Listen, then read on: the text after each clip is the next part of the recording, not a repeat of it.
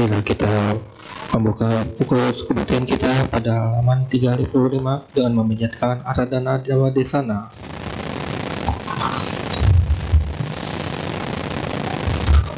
Brahmacaloka Dipati Sahambati Katanjaliya Diwarang Ayacatra Santi Dasata Paraja Kaja Kita Desetudamang Anukapivang Pacang. Brahma Sahampati, penguasa dunia ini, beranjali dan memohon. Terdapat makhluk-makhluk yang memiliki sedikit abu di mata mereka. Lancarkanlah dhamma demi kasih sayang kepada mereka.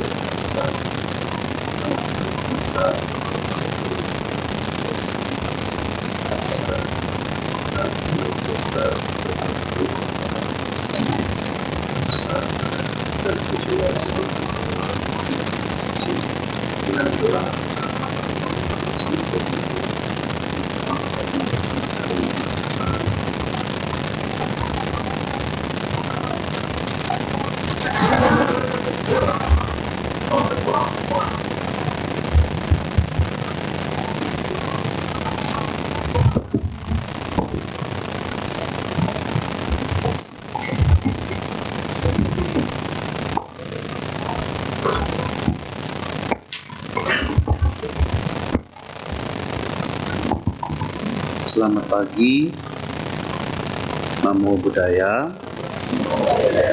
Apa kabarnya? Baik doang? Nggak ada luar biasanya? Ya, semoga Anda semua dalam kondisi sehat dan bahagia. Ya, kalau misalnya bahagia pasti ada senyumnya. Mukanya tegang sekali.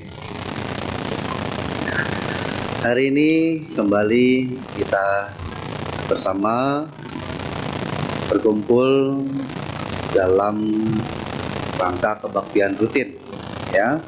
Setiap minggunya tentu yang diharapkan bisa bersama-sama dengan keluarga datang untuk melakukan kebajikan bersama-sama.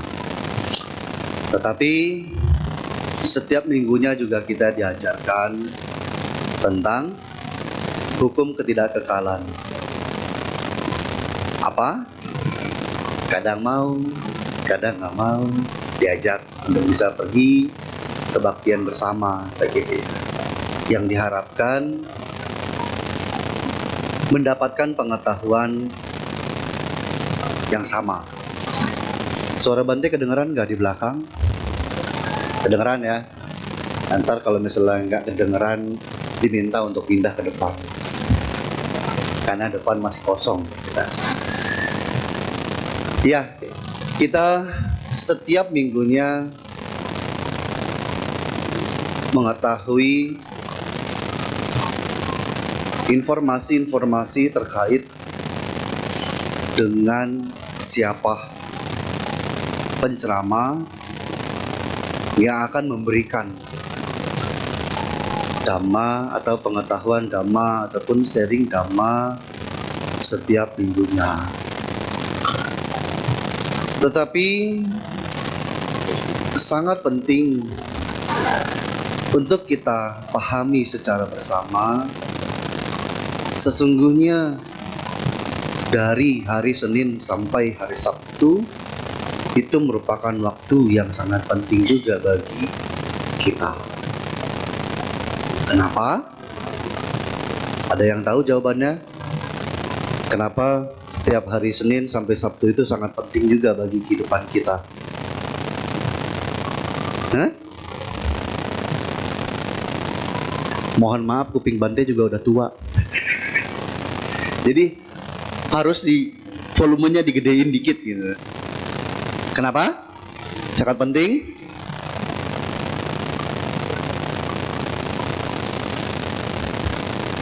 Yang lain pada sakit gigi ya? Ya, karena kita diminta untuk melakukan kebaikan setiap harinya. Bukan hanya melakukan kebaikan setiap hari Minggu. Oke? Jadi menjadi suatu catatan yang sangat penting. Karena Bante pernah diajarkan oleh seorang biku pada saat Bante puasa yang pertama. Ya. Orangnya itu, Bantenya itu sangat keras. Itu Bante Thailand. Ya. Di tempat Bante tinggal sekarang, ya. Puasa pertama. Beliau mengajarkan yang sesungguhnya entah menjadi perhatian kita atau sudah pernah menjadi perhatian kita, tetapi karena lingkungan tidak melaksanakannya, maka kita ikut terbawa. Contoh, padahal sesungguhnya ya, di dalam wihara Acan itu mengatakan adalah tempat kita untuk melakukan banyak sekali kebaikan. Yang paling pertama, ketika kita masuk ke ruang Dhammasala, apa yang pertama kali kita lakukan ketika masuk ke ruang Dhammasala?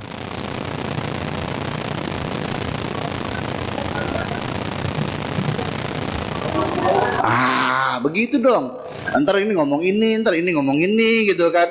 Katanya umat Buddha harus bersatu. Iya. Teriak-teriak katanya umat Buddhanya harus bersatu, Bante. Nah, ini umat Buddhanya nggak bersatu. Harus bernama Skara. Tahu nggak nama Skara itu banyak manfaatnya? Tahu? Bukan hanya melakukan sujud, Bante, bukan. Ada penelitiannya. Ternyata melakukan sujud dengan apa yang sudah diajarkan oleh Buddha, ya. Sujud itu kan harus mempunyai yang namanya persyaratan. Biar sujudnya itu katanya sah.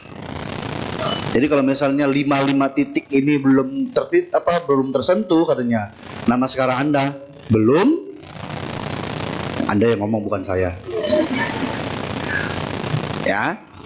Jadi nama sekarangnya itu harus jidatnya ya menyentuh lantai.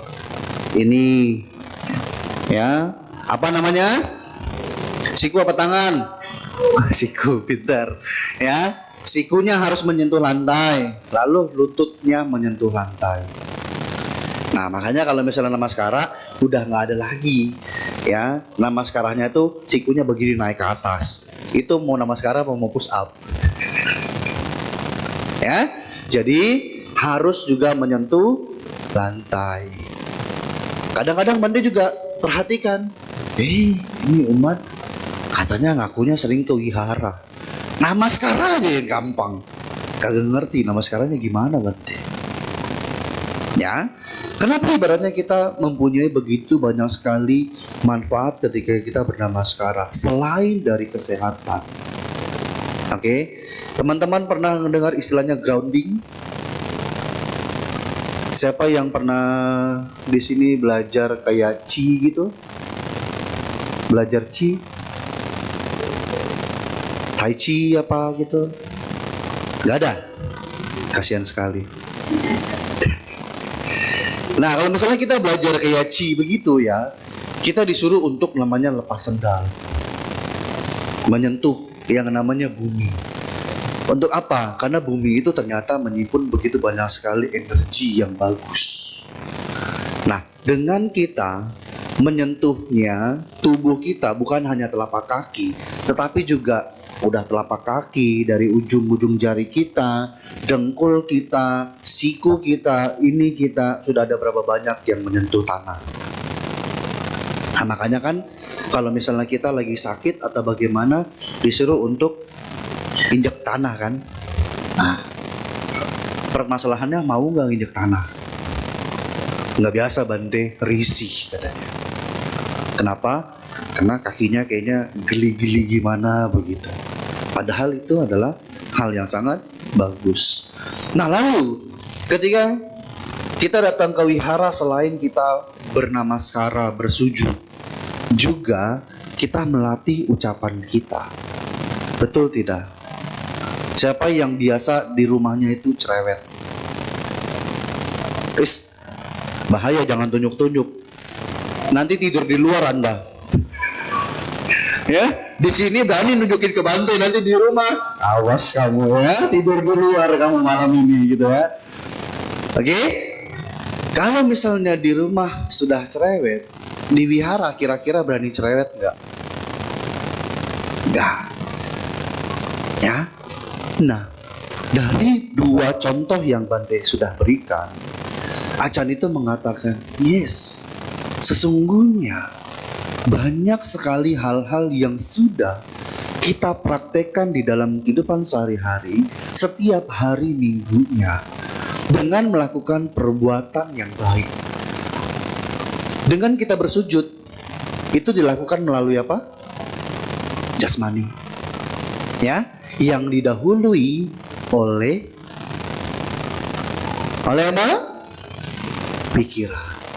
Oleh pikiran. Karena dari pikiran kita melakukan perbuatan bersujud. Dari pikiran kita melakukan perbuatan baik melalui ucapan.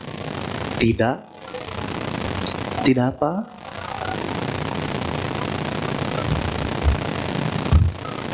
Nah, bahasa Hokiannya loso.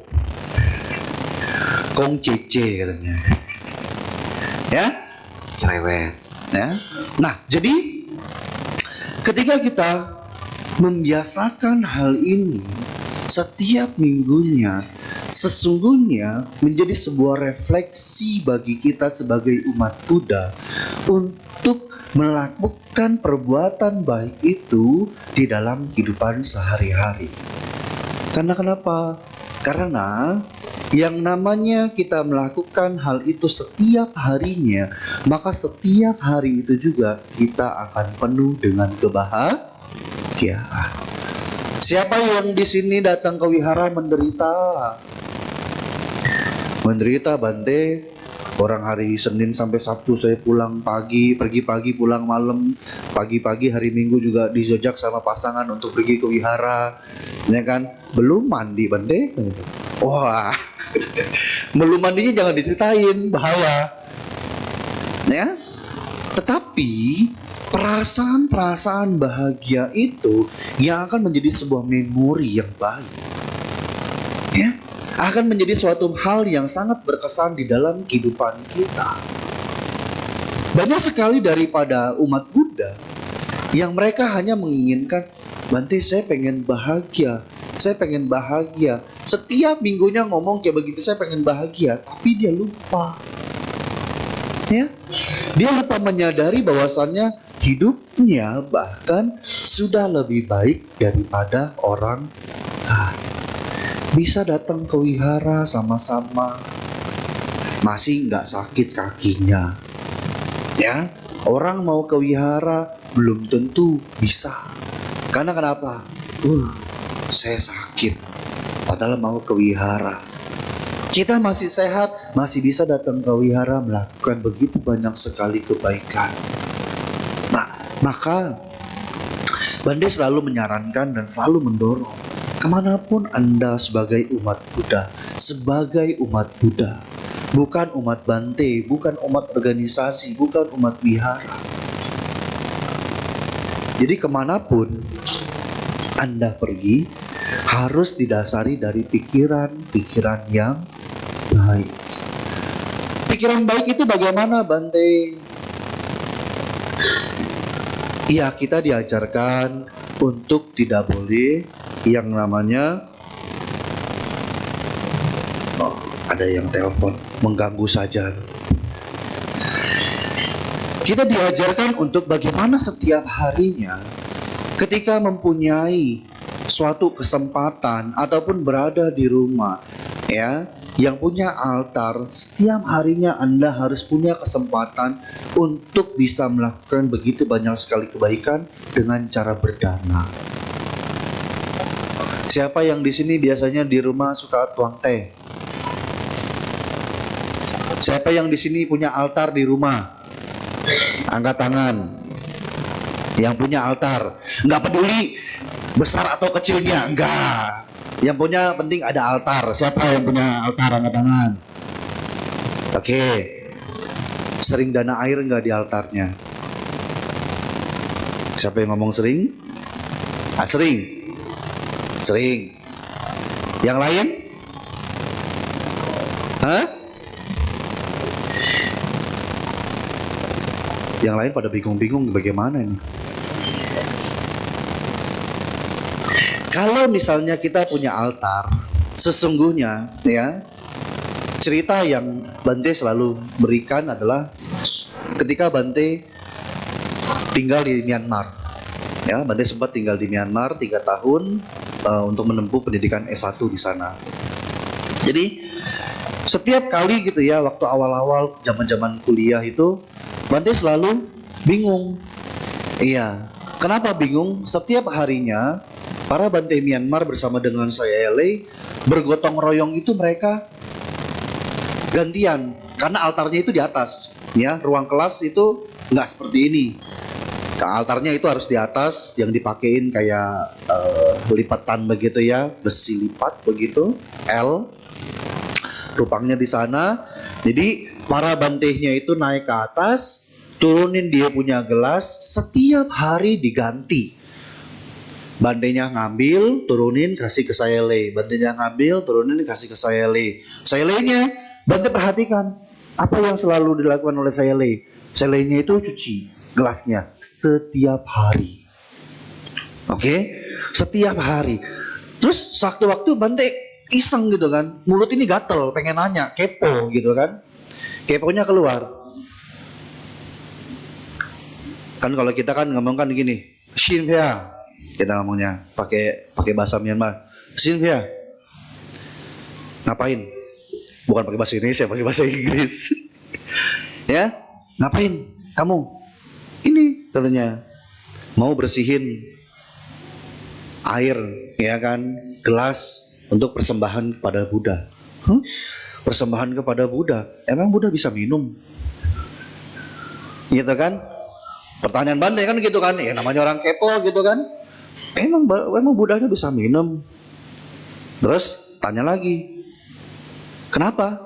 Kok setiap hari saya lihat kamu tuh setiap hari pokoknya kamu atau gantian dengan para Bante yang lain, nanti dengan saya lagi setiap harinya itu seperti itu. Iya katanya. Jadi setiap hari kita punya latihan mengembangkan kebaikan untuk bisa berdana, walaupun itu kepada Buddha. Itu setiap hari.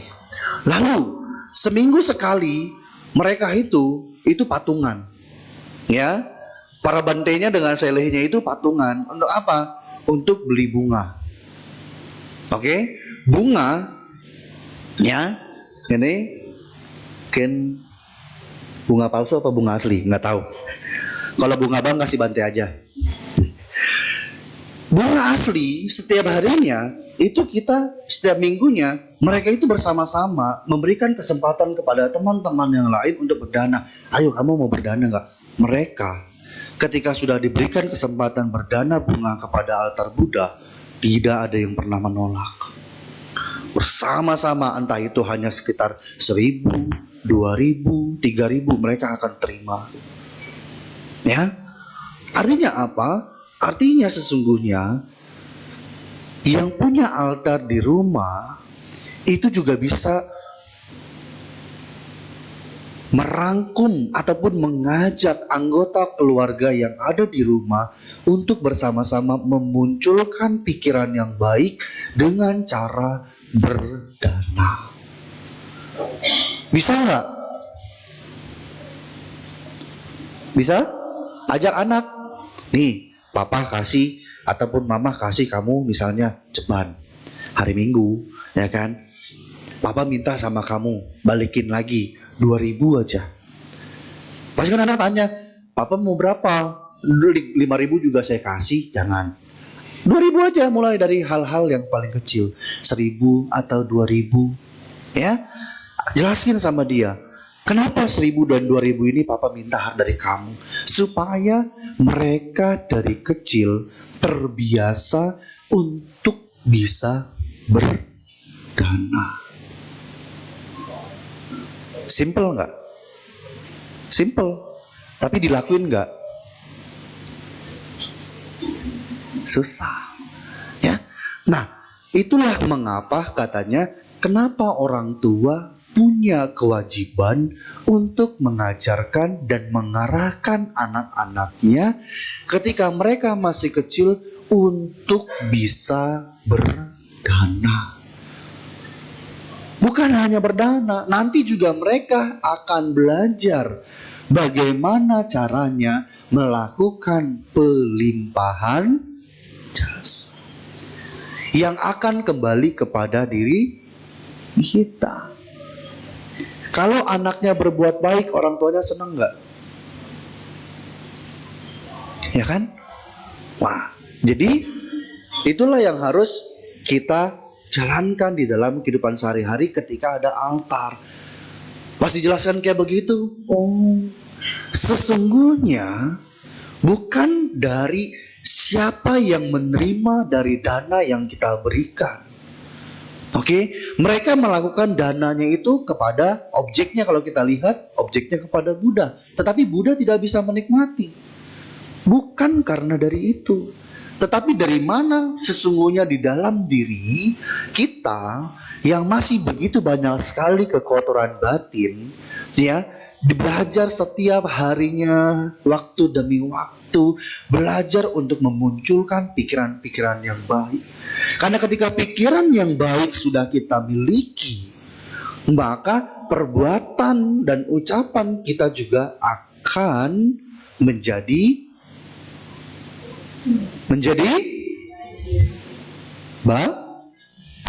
baik. Ya, karena itulah mengapa sangat penting untuk bisa melatih pikiran kita. Orang mengatakan, berarti saya sudah cukuplah dengan hanya berdana. Ya, saya punya dana, saya tidak punya waktu, Bante. Iya, Anda nggak punya waktu. Ntar giliran masuk rumah sakit, napas Senin Kemis baru nyariin. Bante, kasih tahulah saya bagaimana caranya supaya bisa sehat. Ya, jadi kita harus bisa sadar, ya, menyadari. Anda semua berkumpul di tempat ini diberikan kesehatan, ya, dan juga ingat, Buddha tidak pernah menjanjikan kepada kita semuanya. Kita yang harus bisa berusaha dalam artian nggak perlu susah-susah, yang simpel-simpel, nggak perlu kita membandingkan kehidupan kita dengan orang lain. Jangan pernah bandingkan, jangan pernah juga punya pikiran bahwasanya, aduh, kok saya setiap minggunya itu anak saya mau diajak kayaknya nggak bisa gitu kan, saya selalu sendiri gitu kan. Ingat ya, anak juga akan belajar, anak juga akan melihat orang tua yang sering ke wihara, ya, nggak pernah bisa diam di rumah, marah mulu. Anaknya cuma bilang begini, oh ini hasil pergi ke wihara tuh, ya. Tapi begitu ada perubahan, kita belajar setiap harinya, kita merenungkan setiap harinya, ternyata tanpa disadari orang-orang yang di sekitar kita itu bisa berubah. Nah, ini makanya dibilang sejalan dengan apa yang dikatakan oleh Om Atta. Kalau kita mau merubah dunia, dimulai dari diri sendiri. Yes. Karena diri kita nanti akan dilihat di dalam lingkungan kita. Ya, dia akan melihat, oh ternyata orang tua saya sekarang pergi ke wihara, sering mendengarkan dhamma, ya. Semakin lama semakin berubah. Yang tadinya orang tidak pernah mau mengerti, tidak pernah mau mendengarkan, sekarang belajar bagaimana menjadi pendengar yang baik. Terus kalau misalnya apa-apa dulu kita ngomong begini, belum ngomong A sampai habis, udah langsung dipotong, dimarah-marahin lagi. Gimana mau menyambung ke B, gimana mau menyambung ke C, apalagi sampai Z, udah ditempeleng duluan kali. Ya, nah itulah mengapa hari ini Bante rasa Bante tidak mau panjang lebar, ya, karena tadi juga di ruang tunggu Bante mengatakan, Bante mau ceramah apa ya hari ini ya? Karena setiap kali duduk di Pluit Dhammasuka ini, entah gimana kayaknya kursi ini kursi spesial. Iya, selalu gelisah gitu.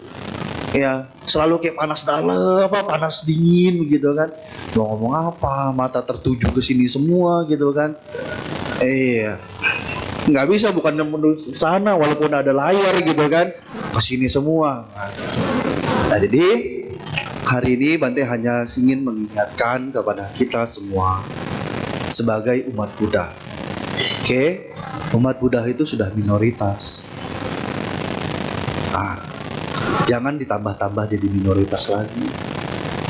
Sesama Buddhis, ya, gitu loh. Jadi sama-sama, ayo berbuat baik, ya. Berbuat baik dengan cara yang beda-beda. Ada orang yang senang untuk melaksanakan dana, silakan. Ada orang senang melaksanakan sila, juga silakan. Ya, ada orang yang suka dengan meditasi, juga silakan. Di Pluit Dhammasuka ini lengkap semuanya.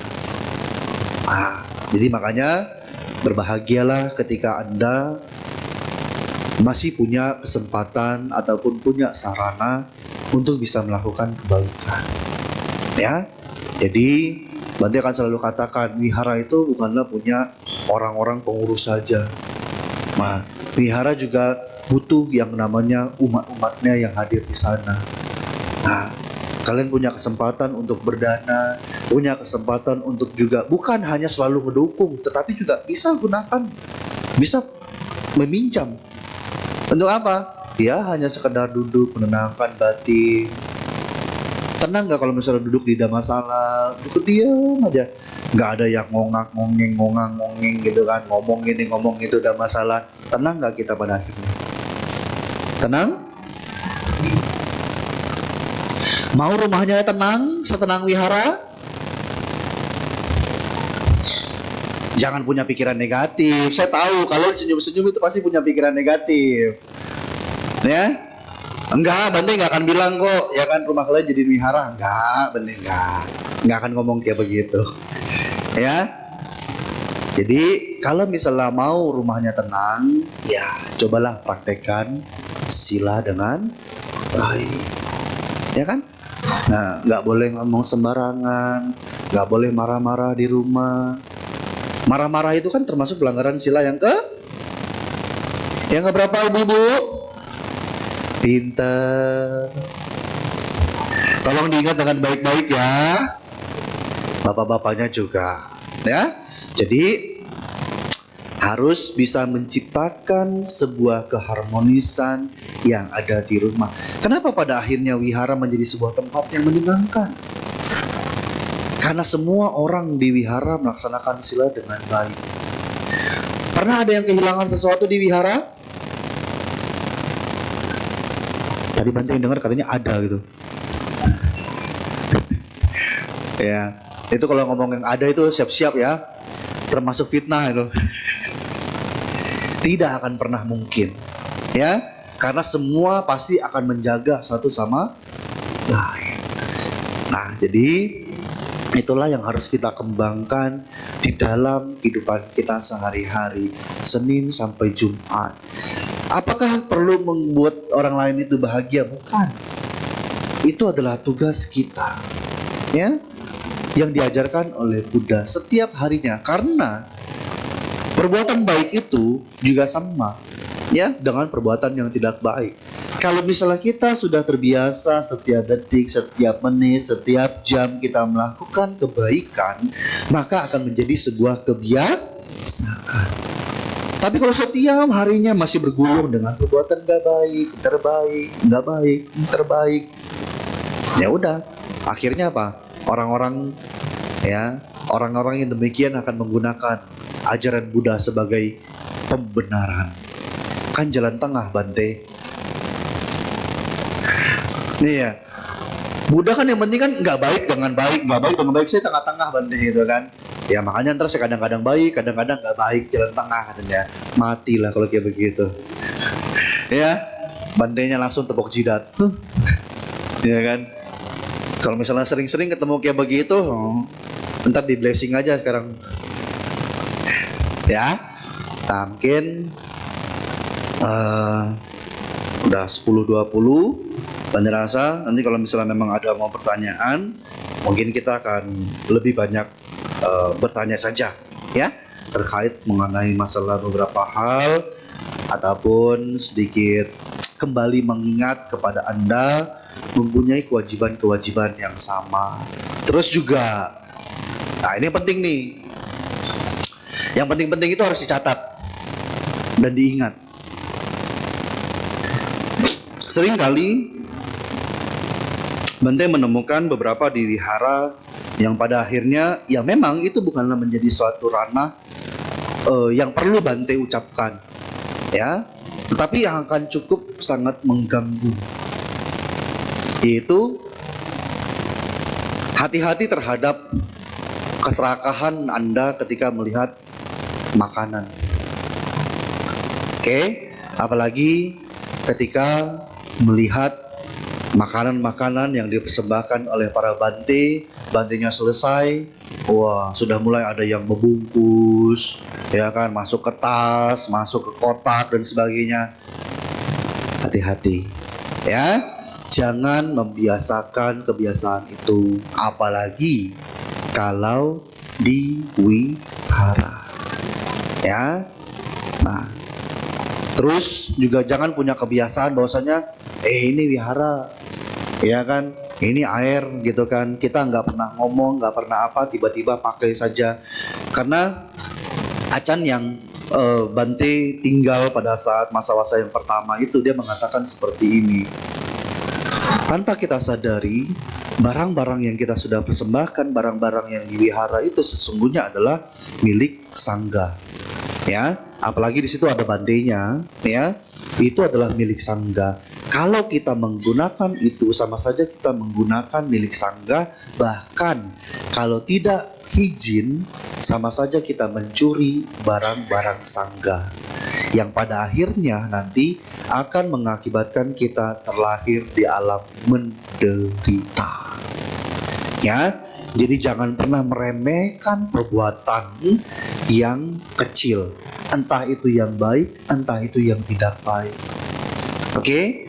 Nggak ada salahnya kok minta izin, nggak ada salahnya kok ngomong, ya. Entah itu sama pengurus, entah itu sama bandenya. Nggak akan mungkin bandenya, buat apa kamu minum gitu kan, gak usah minum gitu kan. Oh, ya, nggak akan mungkin ketemu dengan bande yang seperti itu, ya.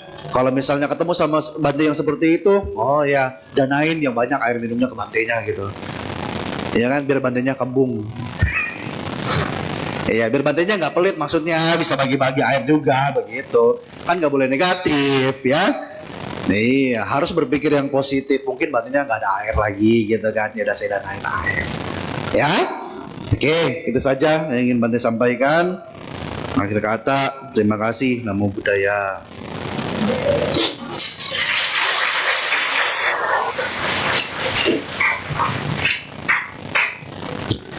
Baik, demikian ceramah damai yang telah disampaikan oleh Yang Mulia Biku Abi Punyotera. Masih ada beberapa menit diselingi sesi tanya jawab. Bagi Bapak Ibu yang ingin bertanya, mohon bisa WhatsApp ke nomor admin Wihara Pluit Dharma Suka di nomor telepon 0811 9921 098. Sekali lagi, bagi Bapak Ibu yang ingin bertanya, bisa langsung WhatsApp ke nomor admin Wihara Pluit Dharma Suka di nomor telepon 0811 9921 098. Baik, sambil menunggu pertanyaan, mari kita buka kembali buku tuntunan pejabat kita. Kita nyanyikan sebuah lagu bersama-sama.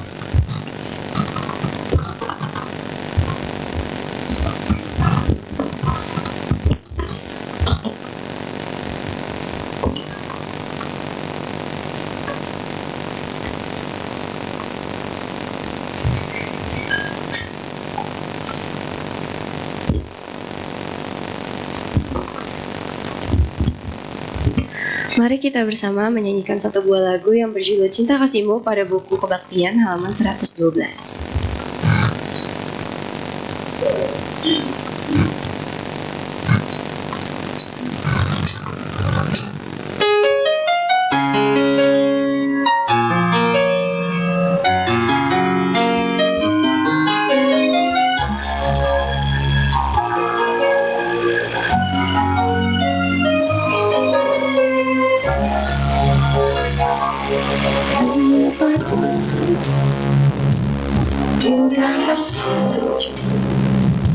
Separuh hatiku yang telah punah.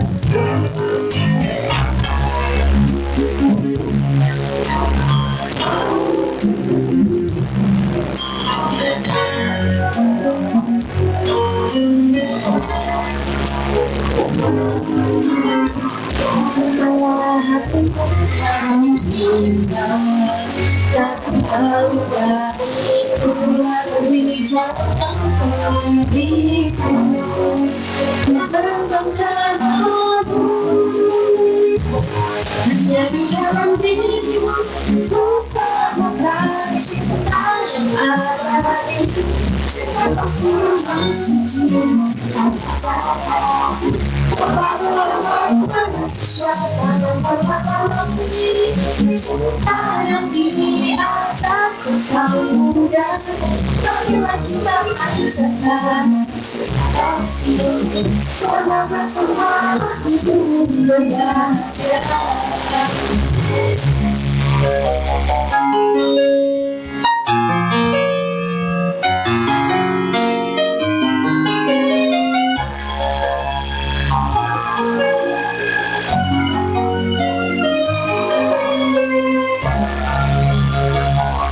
Sinar wajahmu sejukkan hatiku, cinta dan kasihmu damaikan jiwaku. Dikala hati menjadi bintang, tak paling dari ruang hijau yang putihmu, bukakan jalanku.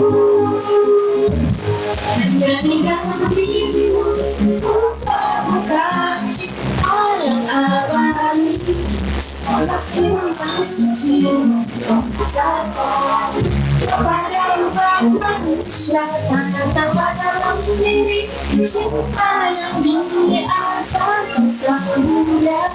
Marilah kita panjatkan kasih semoga semua makhluk berbahagia. Oh, diriku lebih cinta kasihmu, kata duka bersumpah dalam jamamu.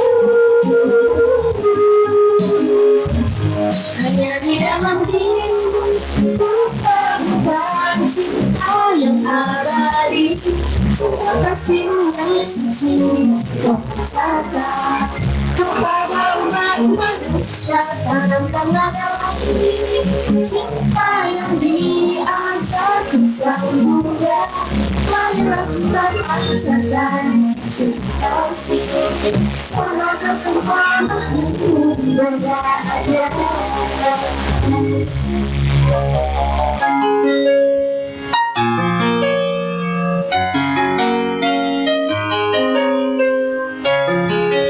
Terima kasih.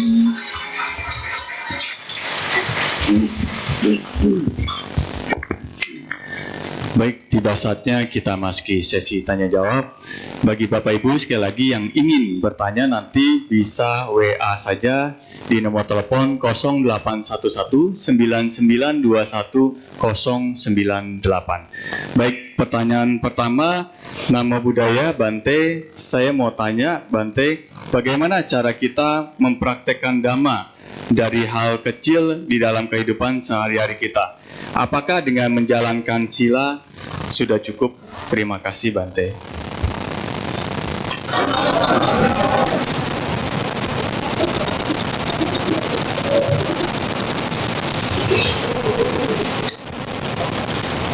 Ya, terima kasih atas pertanyaannya. Bante akan tanya balik. Ya. Senyaman Anda, apakah kemampuan Anda bisa melaksanakan sila, atau Anda punya kemampuan untuk bisa melakukan dana dibarengi dengan sila? Nah, atau karena kurangnya paham? Ya. Karena begini, orang selalu akan mempunyai suatu pendapat dana itu adalah sesuatu yang mungkin berat. Ya. Tetapi sesungguhnya dana itu kan juga bisa dilakukan ketika kita mau melaksanakan sila. Oke. Contoh, kita mempraktekkan sila, misalnya Anda nggak tahu, ketika Anda berada di rumah, mungkin mau melaksanakan 8 sila, terus ya bisa kan melaksanakan dana dengan orang-orang yang ada di rumah. Contoh, mungkin para ibu-ibu melaksanakan sila, tapi kan bukan berarti saya mau melaksanakan sila, saya nggak mau masak. Ya, kamu beli sana. Ya, saya pokoknya nggak mau pusing, saya mau ituin jalan sila. Aduh, ya. Kadang-kadang Bante ngedenger kayak begitu kayaknya. Ini mau jalanin sila apa mau ngajak berantem? Ya, suaminya suruh, saya nggak mau masak, kamu beli aja gitu. Jangan. Tetap seorang istri mempunyai kewajiban, ya kan? Karena kan apa? Yang namanya sila itu kan nanti kan hitungannya ibaratnya dimulai dari jam 12, ya kan? Kalau misalnya sebelum 12 kan oke, kalau mau bisa masak, ya kan? Terus juga nanti setelah itu, ya kan, sudah nggak makan. Nah, sudah nggak makan, ibaratnya fokuslah berlatih. Oke? Jadi bukan hanya sibuk dengan masak aja, enggak. Ya, jadi kan orang-orang ntar begini akan nyalahin Bante. Oh, udah kata Bante Abi Punyo katanya, saya boleh masak katanya, sambil atas sila sambil boleh masak. Salah lagi Bante, ya kan? Padahal dia yang salah pengertian, gitu loh. Bukan mengerti Bante bilang kalian atas sila boleh masak, gitu loh. Atas sila sebelum jam 12 masih punya kesempatan untuk memasak. Siapkan dengan baik makanan untuk suami dan sebagainya, untuk anak-anak. Setelah di atas jam 12, waktunya untuk berlatih. Nah, jalanin sila, oke apa? Misalnya meditasi. Meditasi duduk nggak bisa Bante, ya udah meditasi jalan 15 menit, meditasi duduk 15 menit, duduk nggak bisa 15 menit, 10 menit, oh ya udah 10 menit, gitu. Ya. Terus kalau misalnya itu, Pak bosan Bante meditasi, ya udah dengerin ceramah, duduk dengan baik di rumah, tempat yang tenang sambil buka YouTube, posisi yang baik mendengarkan ceramah, sambil mengingat kepada Buddha Dhamma dan Sangha, ya bagaimana perlindungan ini Buddha Dhamma dan Sangha merupakan suatu hal yang sangat baik untuk kehidupan kita, ya merenungkan apa yang sudah pernah kita dengar sehubungan dengan ajaran Buddha. Nah, ya jadi kalau misalnya ditanya untuk memulai hal-hal yang kecil, ya sangat simpel, ya, Anda bisa melaksanakan sila dulu, oke. Yang paling gampang, jangan bunuh semut. Atau yang paling gampang, jangan bunuh nyamuk. Satu dulu itu aja. Ya, terus sudah terbiasa. Oh, kalau misalnya ada nyamuk, langsung ditiup. Ya kan? Udah yang pertama. Kedua, nggak akan mungkin yang namanya kedua itu mencuri. Ya, nah mencuri juga di rumah. Harus bisa berhati-hati. Jangan karena semau-maunya udah di rumah, oh siapa aja barang-barang yang di kulkas ya kan, padahal punya anaknya, punya istrinya, punya suaminya, segala macam, tinggal makan-makan aja. Terus besok-besok ketika ditanya, "Pak, Ma, mana coklat saya?" gitu kan. Oh iya, sudah Papa mau makan. Itu kan termasuk pencurian juga. Betul tidak? Nah, itu juga bisa belajar komunikasi. Hal yang sepele enggak? Nah, hal yang sepele, tetapi dengan berkomunikasi satu sama lain, ya kan, pada akhirnya kita bisa menghargai milik orang yang ada di rumah kita. Praktekkan itu juga yang ada di rumah. Kok kayaknya terkesan rumit Bante? Enggak. Itulah latihan kita, ya, untuk bisa menghargai barang-barang milik orang. Barang sendirinya aja tidak suka, ya kan, dipakai oleh orang lain dan sebagainya. Ya, lalu yang ketiga, perbuatan asusila, yang nggak perlu dibahas lah, ya, karena juga Bante nggak punya pasangan juga gitu kan. Lalu yang keempat, ya berbohong, ya dan sebagainya. Ya cobalah kita rasakan, kita aja nggak mau bohong, ya kan? Kita aja nggak mau dibohongin sama orang lain. Nah, kita berusaha untuk bagaimana tidak membohongi orang juga.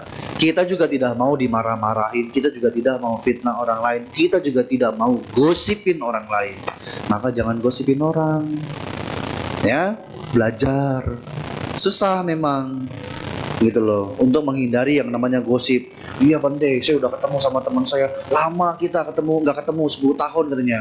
Sekali-sekali ketemu 10 tahun apa? Gosip, mending gak usah ketemu. Daripada isinya negatif semua, bikin karma buruk. Ya, gitu loh. Jadi belajar, ya, karena mau tidak mau yang namanya perbuatan yang simple, perbuatan yang mendasar itu butuh pelatihan, ya. Tidak semena-mena kita langsung, oh saya bisa melaksanakan sila, oh saya bisa. Ketika ditanya, coba di rumah ngambil barang nggak, ngomong nggak, izin nggak. Iya Bante, saya main ambil-ambil aja, saya main pakai-pakai aja. Itu kan juga pelanggaran sila, ya. Jadi ketika ditanya apa yang harus dilakukan, ya semua kembali kepada masing-masing kita. Oke? Kapasitas kita itu seperti apa? Kalau misalnya mau melaksanakan sila, ya pasti Anda juga bisa melaksanakan dana. Oke? Nah, melakukan yang namanya pemberian, begitu. Lalu kalau misalnya yang namanya meditasi, memang sebuah butuh effort yang besar, ya, butuh suatu keinginan yang sangat kuat. Tetapi ternyata kebiasaan itu terbentuk, ya, karena kita mulai dari hal-hal yang paling sedikit demi sedikit. Ya, dulu Bante paling malas baca buku. Karena kalau misalnya baca buku 5 menit langsung ngantuk. Kalau baca 5 menit langsung ngantuk gitu kan. Tapi ketika kuliah di sana butuh baca berjam-jam. Ya, jadi maka untuk bisa membentuk kebiasaannya itu dimulai dari apa? Baca buku yang paling simple-simple dulu. Ya, 5 menit aja. 5 menit baca. Oh, saya suka dengan topik ini. Oke, dari satu halaman, baca lagi 1 halaman. Oke, udah 1 halaman. Oke, sudah. Cukup 2 halaman dulu aja 1 hari itu. Nah, ntar besok baru mulai baca lagi dan sebagainya. Tanpa kita sadari, nanti lama-kelamaan akan merasakan sendiri manfaatnya. Ya, Bante nggak akan bilang ya apa yang akan kita rasakan, tetapi mulailah dari sekarang. Oke? Entah itu berdana, entah itu sila, Buddha itu sangat bijaksana. Oke? Tadi juga di ruang tunggu Bante tanya, kenapa kita semua Buddhis? Ya kan? Pasti ada sesuatu. Kenapa yang mengakibatkan kita menjadi Buddhis? Ada yang dia cocok ya karena mengajarkan tentang hukum karma. Yang kedua, dia karena mungkin dari keluarganya turun temurun dari kecil, ya kan? Juga bisa menjadi faktor kita menjadi Buddhis. Nah, maka masing-masing punya pengalamannya masing-masing, masing-masing punya caranya masing-masing. Tetapi jangan pernah lari dari apa yang sudah diajarkan oleh Buddha. Ya, yaitu kita harus bisa melaksanakan dana. Ya, dana itu apa? Termasuk memberikan maaf juga dana. Memberikan senyum, memberikan salam. Ya, itu juga dana. Oke? Nah, jadi itu jawaban dari Bante. Ya, semoga menjawab. Terima kasih. Pertanyaan kedua, selamat siang Namo Buddhaya Bante. Saya mau tanya bagaimana cara untuk meredakan emosi yang sedang muncul. Terima kasih Bante. Terima kasih jawabannya. Singkat, jelas, dan padat. Mau cepat hilang emosinya? Mau? Cepat hilang emosinya? Beneran? Bener nggak? Serius ini? Nggak bercanda. Bawa kaca. Bukan buat nimpuk, bukan. Ya. Buat apa Bante kacanya? Ngaca. Ya kan? Kalau lagi marah, langsung coba ngaca. Ngelihat siapa Anda? Ngelihat muka Anda yang sangat tampan. Ya? Nah, oke. Memang meredakan emosi itu bukanlah sesuatu hal yang mudah seperti kita membalikan telapak tangan. Oke. Jadi ada beberapa teori sebenarnya di dalam Buddhis, tapi sulit ya, karena ternyata begini. Selama ini kan kita mengetahui kalau kita mau meredam emosi, kita harus bisa memancarkan cinta kasih. Betul tidak? Pernah mendengarkan kata-kata ini? Pernah? Di dalam ajaran Buddha, ketika kita sedang emosi, sedang marah, sedang benci, kita harus bisa mengembangkan cinta kasih. Semoga dia berbahagia, semoga dia berbahagia, semoga dia berbahagia. Semakin mikirin dia bahagia, semakin kita menderita. Nah, ternyata gini, itu sesungguhnya hanya bisa dikembangkan oleh mereka-mereka yang sudah mencapai jana. Oke? Hanya bisa dikembangkan oleh mereka-mereka yang sudah mencapai jana. Mereka itu sudah tidak terkukung lagi ya dengan yang namanya ini musuh saya, ini yang menjelekkan saya dan sebagainya. No. Karena kenapa? Karena dari kekuatan jana dia akan bisa semakin meluas, semakin kuat. Orang melatih cinta kasih. Tetapi pendekatan dengan cara Buddhis sesungguhnya adalah dengan memperhatikan keluar masuknya nafas. Ya, kok bisa Bante?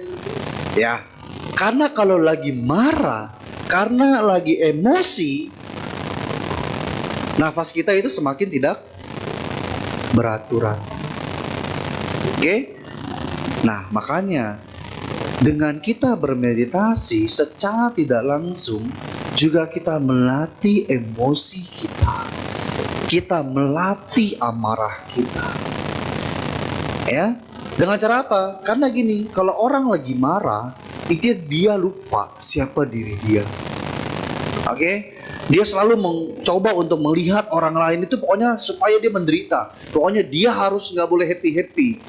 Tapi ternyata ketika ada orang lain, ketika kita marah-marahin, dia happy-happy, hahaha, kita semakin terbakar. Kita semakin melupakan siapa diri kita. Tapi dengan cara meditasi kita diajarkan untuk oke, ketika pikiran Anda keluar, pikiran Anda mikirkan ini, mikirkan itu, berkelana ini dan itu, kembalikan kepada nafas masuk dan nafas keluar. Seketika, ketika Anda menyadari, oh, saya marah ya. Kenapa saya bego sekali ya? Ya, ketika saya marah, saya yang rugi. Dia mah happy-happy. Dia mah ketawa-ketawa. Ya kan? Nah, maka seketika itu kita mulai meredam emosi kita ya dengan cara bagaimana melihat nafas masuk dan nafas keluar. Itu yang pertama. Lalu yang kedua adalah bagaimana caranya kalau udah mau marah, diam. Ya? Atau kalau misalnya marah, ambil air. Ya? Lalu masukin ke mulut. Jangan negatif. Negatif mulu sih. Bukan dalam artian masukin air ke mulut disembur, bukan. Iya. Jangan. Kalau misalnya ini ada beberapa teori, ini diajarkan oleh seorang Sayadaw ya di Myanmar. Jadi kalau misalnya kita mau marah, coba ambil air, ya kan, tahan di mulut. Jangan disemburin ke muka orangnya, jangan. Nyari ribut itu namanya. Ya, kita nggak akan mungkin marah-marah. Tahan berapa detik. Ya, gitu loh. Terus, nah, ya kan? Tadi udah berapa cara tuh Bang diajarin? Berapa? Berapa? Wah, 2 ini. Jangan ngantuk. Ya, 2. Yang ketiga adalah itu tadi Bante bilang, bawa kaca. Ya. Kalau misalnya kalian lagi marah, oke? Kalau cewek kan sering bawa dompet nih, ya kan? Kalau cowok juga boleh lah nanti bawa dompet lah. Ada dompet gitu kan? Harus ada satu. Itu yang harus dibawa, kaca. Ya? Kaca itu harus dibawa. Itu sangat penting itu. Selain untuk mempercantik diri, juga untuk bisa meredam emosi. Kenapa? Karena begitu kita marah, kita ngaca, ini ini kembaran saya apa musuh saya ini ya gitu. Ngeliat muka sendiri. Ya, seketika itu bisa hilang. Oke? Tetapi itu pasti akan kembali lagi dan lagi. Nah, pertanyaannya adalah sudah berapa sering Anda capek dengan emosi itu? Lelah kan? Marah lagi. Udah dibilangin berkali-kali, masih ngelakuin dia begitu. Marah lagi dia. Udah dikasih tahu berkali-kali, masih aja dilakuin gitu kan.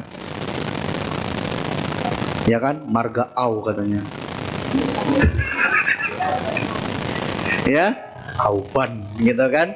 Ya, coba. Nah, maka kita harus bisa menyadari ternyata kemarahan bukanlah satu solusi untuk bisa orang lain mendengarkan kita. Terutama anak-anak. Ingat, Bante selalu mengatakan begini. Anak-anak, ya, kalau misalnya kita marah-marah, begini lagi, begitu lagi, begini lagi, begitu lagi, nggak akan mungkin mereka bisa ingat. Tapi kalau misalnya dikasih tahu baik-baik, ya kan, dan sebagainya, mereka akan bisa dengerin nggak? Dengerin. Dan juga ada fakta yang ternyata mengejutkan, ya, entah itu suami, entah itu istri. Kalau misalnya pasangan kita sering-sering diomelin, katanya, sudah apa? Sudah kebal. Teriaklah masuk kuping kiri, pentalin lagi, hehehe, gitu. Makin marah-marah dia. Nah sih, ya. Padahal tinggal setiap harinya di rumah, rasain kebakar sendiri sama emosi, ya kan? Nah, maka Tadi Bante sudah kasih tahu 3 cara, ya. Yang terakhir adalah bagaimana Anda harus mulai melatih diri Anda untuk tidak terbakar dengan emosi itu. Ya. Dengan cara apa? Iya. Saya yang paling menderita ketika saya marah. Maka saya bertanggung jawab terhadap perasaan dan emosi saya. Saya menginginkan kebahagiaan dan sebagainya. Ya. Jadi memang emosi itu tidak akan pernah bisa hilang kecuali kita sudah mencapai tingkat kesucian, ya, yang namanya anagami. Oke. Kalau misalnya sakadagami masih lemah, tapi anagami itu sudah menghapuskan yang namanya kebencian. Oke. Nah, maka kalau misalnya kita masih seorang putujana, kita masih punya kemarahan. Tetapi sampai mana kemarahan itu yang pada akhirnya akan membuat kita menjadi lebih menderita. Nah, Buddha mengatakan itu adalah akar yang tidak baik yang harus kita sadari. Nah, bagaimana caranya? Bante sudah kasih tahu. Oke? Itu saja yang Bante sampaikan. Semoga menjawab. Terima kasih. Pertanyaan berikutnya, Namo Buddhaya Bante, bahwa hidup merupakan anugerah. Tapi kenapa terkadang manusia banyak tantangannya di dunia? Apakah itu memang tantangan wajib setiap umat? Seperti sekarang situasi sedang bergulir perang di beberapa negara. Terima kasih Bante.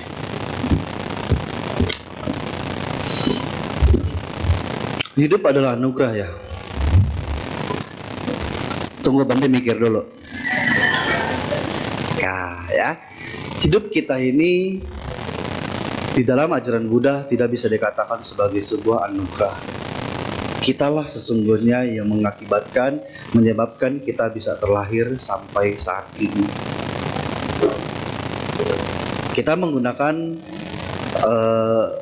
istilahnya kita terlahir sebagai manusia itu mau tidak mau membawa hukum karma ataupun karma yang kita lakukan di kehidupan yang lampau.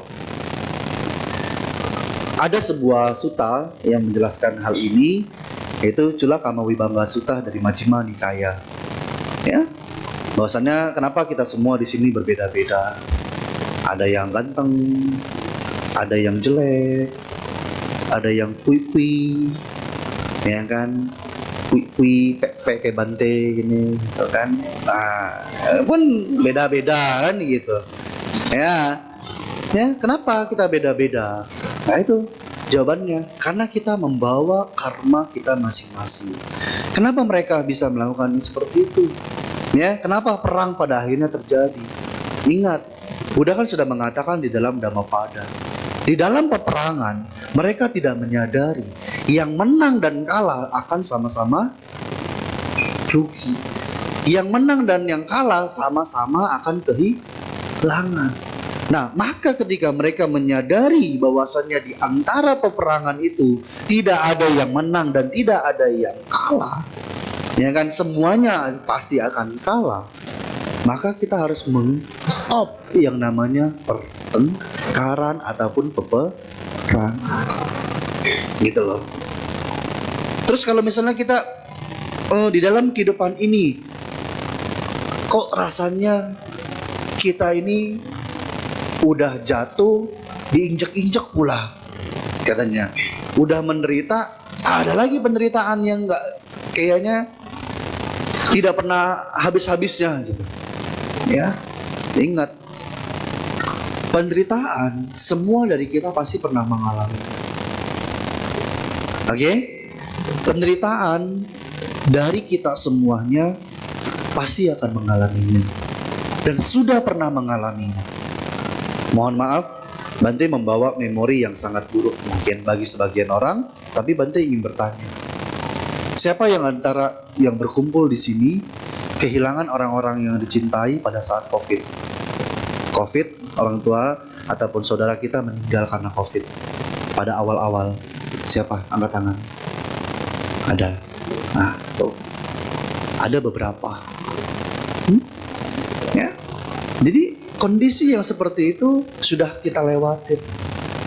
Nah, yang harus kita lakukan adalah ingat, kita menyadari Buddha mengatakan kehidupan ini tidaklah pasti. Kita ini diibaratkan seperti sebuah kapal yang berada di samudra, yang nggak tahu kita mau kemana arah tujuannya. Tetapi karena kita berpegang kepada Buddha, Dhamma, dan Sangha di antara belantara samudra, kita diminta untuk mencapai pantai seberang istilahnya, untuk mencapai Nibbana. Tapi kan Bante, sebagian orang tidak mau untuk melatih yang namanya Nibbana. Yes, maka ada beberapa guru yang mengatakan kehidupan ini memupuk karma baik dan kusala karma. Ya, untuk apa? Untuk di kehidupan yang akan datang, ketika bertemu dengan Buddha Meteya, maka parami kita, karma baik kita dalam kehidupan sehari-hari, setiap berbagai kehidupan sebagai manusia, memupuk parami, memupuk karma baik, memupuk parami, memupuk karma baik. Jika semuanya sudah fix, sudah penuh, ya, sudah pas untuk bisa terbebas, ya, dari samsara. Nah, maka dari kita semuanya harus bisa menyadari hal itu. Ya, kehidupan kita saat ini kita lalui, Bante, saya nggak bisa untuk berlatih. Ya, kalian harus bisa memupuk karma baik. Kenapa? Mungkin bukan kehidupan ini Anda berlatih diri, ya. Tetapi kalau tidak dari hari ini, kalau tidak dari kehidupan ini, Anda menunggu di kehidupan akan datang, akan Anda membuang waktu yang begitu panjang. Karena kenapa? Siapa yang tahu kita terlahir di alam mana? Betul tidak? Kalau sudah terlahir di alam menderita, kita kehilangan kesempatan yang berharga. Kesempatan yang hanya bisa kita dapatkan kali ini saja sebagai manusia. Ya, maka di dalam kondisi dunia yang selalu berubah, yang bisa kita lakukan adalah memantapkan batin, ya, meneduhkan batin kita, meneguhkan batin kita. Untuk apa? Ketika menderita, yes, kita tidak akan pernah bisa lepas dari penderitaan itu. Bante juga sama, ya kan? Jangan pikir katanya, oh Bante mah sudah latihan, oh Bante mah sudah hebat, Bante mah sudah berlatih. Siapa bilang? Ya kan? Bante pun pasti bisa merasakan namanya penderitaan. Guru agung kita saja masih bisa melakukan ataupun mendapatkan namanya penderitaan. Tetapi lihat batinnya. Batinnya sudah kokoh. Batinnya sudah tenang. Nah, batin kita itu sama seperti seekor ikan ataupun seekor ayam. Ya, kata seorang lumpuh yang di Thailand. Dia mengatakan seperti ini kan dalam bahasa Thailand. Chit Khong Rao, ya. Pen upama kap pla kap kai. Ya, dalam bahasa Thailandnya seperti itu. Jadi dia mengibaratkan, lumpuh itu mengibaratkan seorang yang masih putu jana dibandingkan dengan orang yang sudah mencapai tingkat Arya, itu seperti kayak ikan. Kenapa seperti ikan? Ketika ikan nggak ada air, dia akan apa?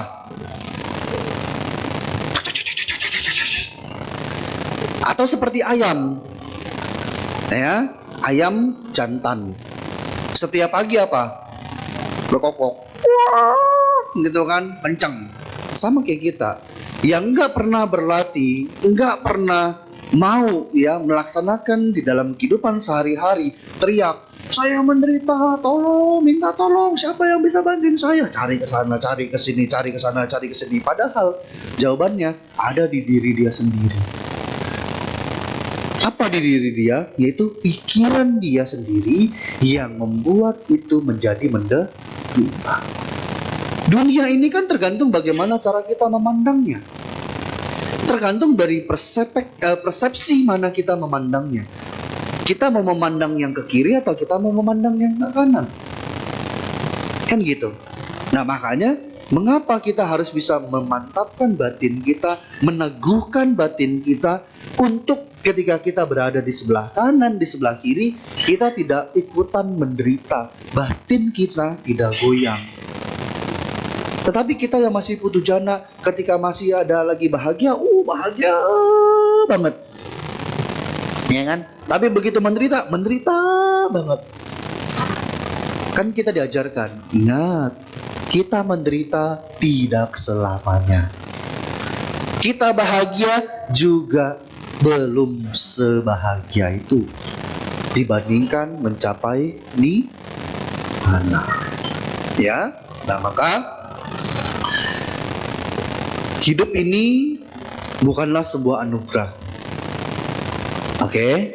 Hidup ini adalah kita yang menciptakan. Anda mau hidupnya penuh dengan berkah atau tidak? Tergantung. Ya, Buddha tidak pernah memberikan kalau Anda seperti ini dan seperti itu, hidup Anda akan seperti lainnya. Ya, semua tergantung dari mana kita. Itu apa? Pikiran kita, perspektif kita, persepsi kita. Oke? Nah, jadi ketika ditanya seperti itu, ya jawabannya akan selalu bilang tergantung bagaimana pikiran Anda. Ya, yang pasti hidup ini bukanlah ada suatu makhluk yang memberikan anugerah kepada kita sampai seperti ini, ataupun ada suatu makhluk tertentu yang menguji kita dengan berbagai permasalahan, berbagai macam rintangan. No. Ya, rintangan ataupun hal-hal dan sebagainya itu adalah kita yang menciptakan. Nah, kita juga yang menyelesaikan. Ya, itu jawaban dari Bante. Semoga menjawab. Terima kasih. Pertanyaan berikutnya, selamat siang Bante, izin bertanya bagaimana cara maintain ketenangan di setiap saat? Cara maintain ketenangan di setiap saat. Oke, terima kasih pertanyaannya. Kalau orang yang sudah terbiasa dengan yang namanya kebisingan dan sebagainya, mereka akan mendapatkan sebuah perasaan bosan, jenuh ketika berada di keheningan. Ya, orang yang suka dengan keheningan, berada di orang-orang yang suka ramai dan sebagainya, pun tidak bisa untuk tenang. Nah, maka kita harus menyadari, ingat, sebagai seorang umat awam, sebagai seorang Bante, kami pun tidak akan pernah mungkin bisa hidup dengan dunia kami saja. Ya, dunia para Bante ya, saya nggak mau pergi ke wihara lain. Pokoknya saya pergi di wihara saya sudah merasakan ketenangan, saya merasakan kenyamanan yang berada di hutan dan sebagainya. Tidak mau pergi, coba dapat dibayangkan. Nah, maka untuk bisa menyadari bagaimana kita hidup bukan hanya berada di lingkungan kita saja, kita juga punya kehidupan di luar dari lingkungan kita, maka kita harus bisa tetap tenang seimbang dengan cara melakukan ketika kita keluar, menjaga mata kita, enggak melihat kanan, enggak melihat ke kiri, ya, fokus. Oke, saya misalnya lagi bawa mobil, tetap nafas masuk, nafas keluar, sadar, bawa mobil, tangan begini, tangan begitu dan sebagainya, ya.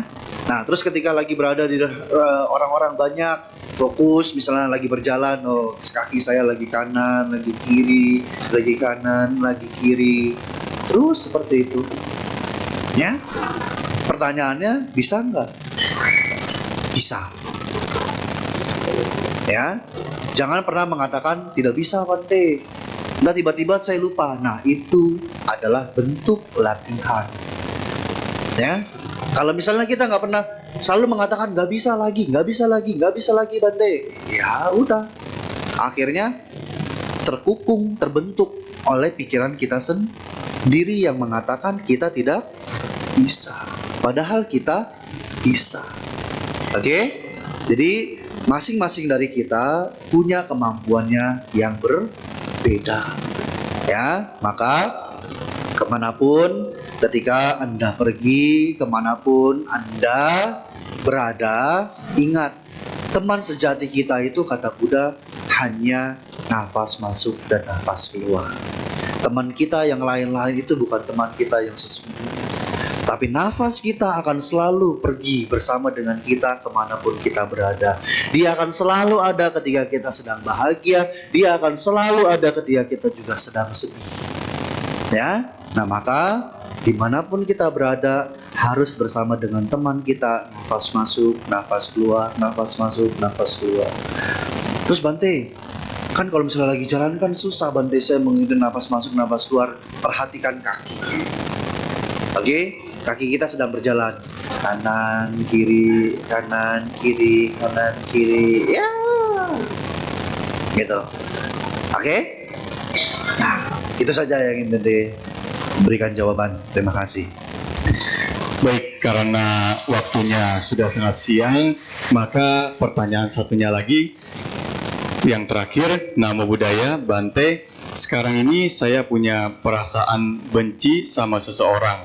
Saya sudah coba berdoa dan baca parita di rumah, tapi rasa benci saya lebih besar. Saya harus bagaimana, Bante? Terima kasih. Oke, sama seperti halnya Buddha katakan di dalam 4 kebenaran mulia. Kita benci itu bukan karena tanpa ada sebab. Ya, kebencian itu adalah sebuah akibat. Setuju? Benci itu adalah sebuah akibat. Kita harus cari sebabnya apa. Kenapa kita marah? Kenapa kita benci sama orang itu? Coba renungkan. Ya, renungkan. Apa saya tersinggung karena ucapan dia? Dia ngomongnya kasar sekali, ya kan? Ngatain saya, ngatain itu dan sebagainya. Kita bisa berpikir seperti ini. Oh, ya mulut dia. Saya nggak bisa, ya kan, nutup mulut dia. Ya. Yang saya bisa adalah menutup mulut saya untuk tidak membalasnya. Terus saya marah sama perlakuan dia, seperti kayak seorang orang itu seolah-olah itu merendahkan sekali, ya kan? Ya, kita harus bisa belajar bagaimana caranya rendah hati.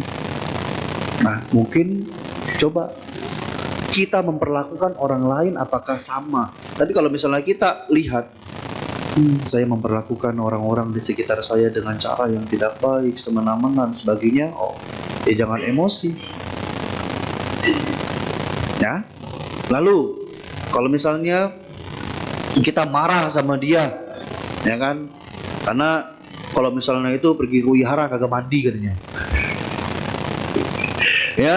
Udah nggak mandi, duduk ke sebelah saya lagi, gitu kan? Wah, pusing pingsan gitu kan? Ya. Harus bisa pandai-pandai, ya, bagaimana caranya bisa menasihati dan sebagainya. Gitu.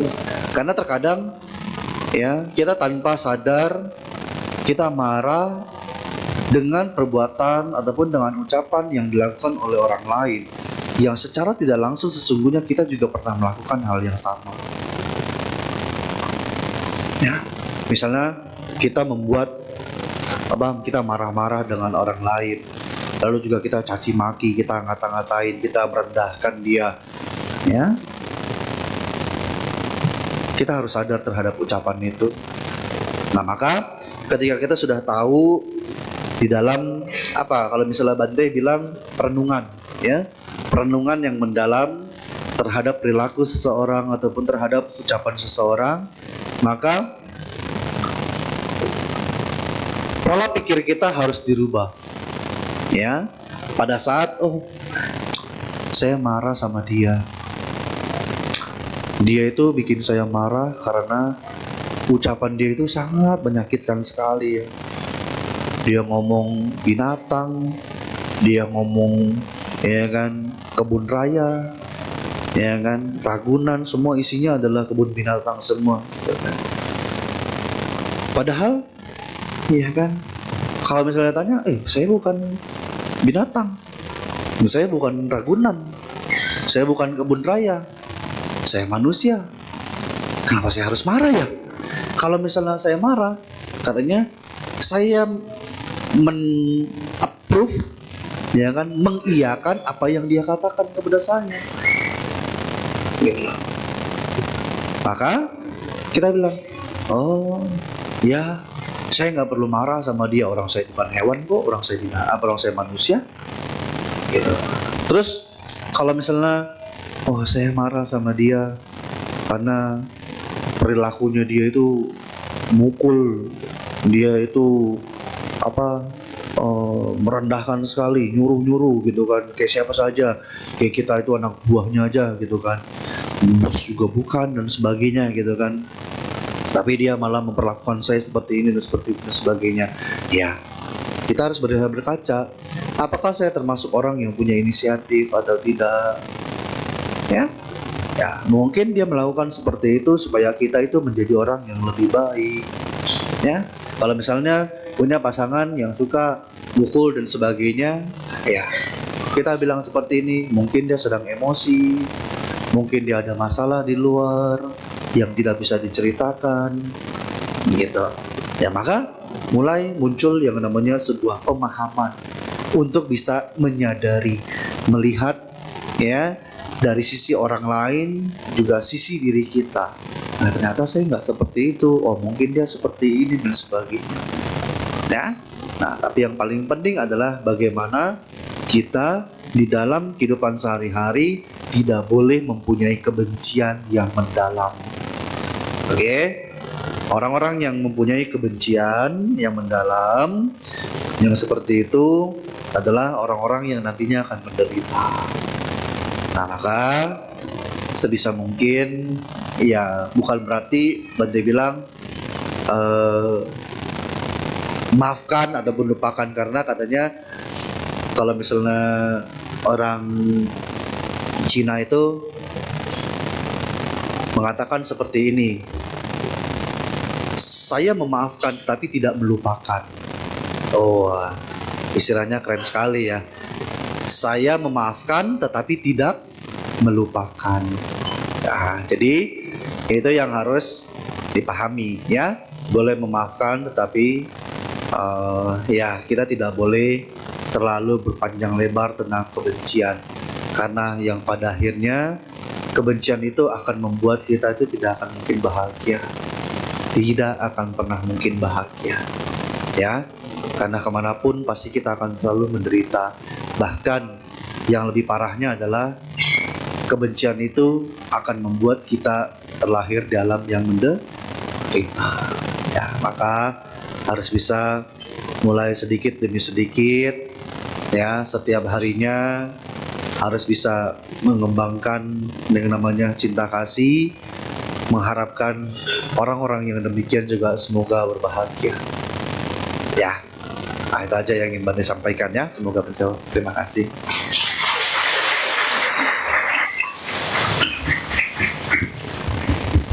Baik, demikian ceramah Dhamma yang telah disampaikan oleh Bante Abipunyo Tera. Kami mewakili seluruh keluarga besar Wihara Buddha Dhammasukha beserta umat yang hadir pada kesempatan hari ini mengucapkan terima kasih atas ceramah Dhamma yang telah disampaikan.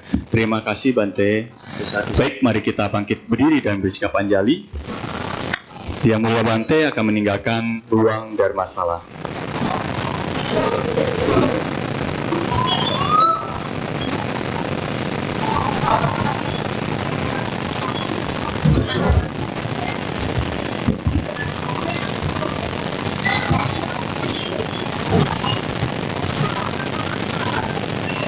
Terima kasih Bante.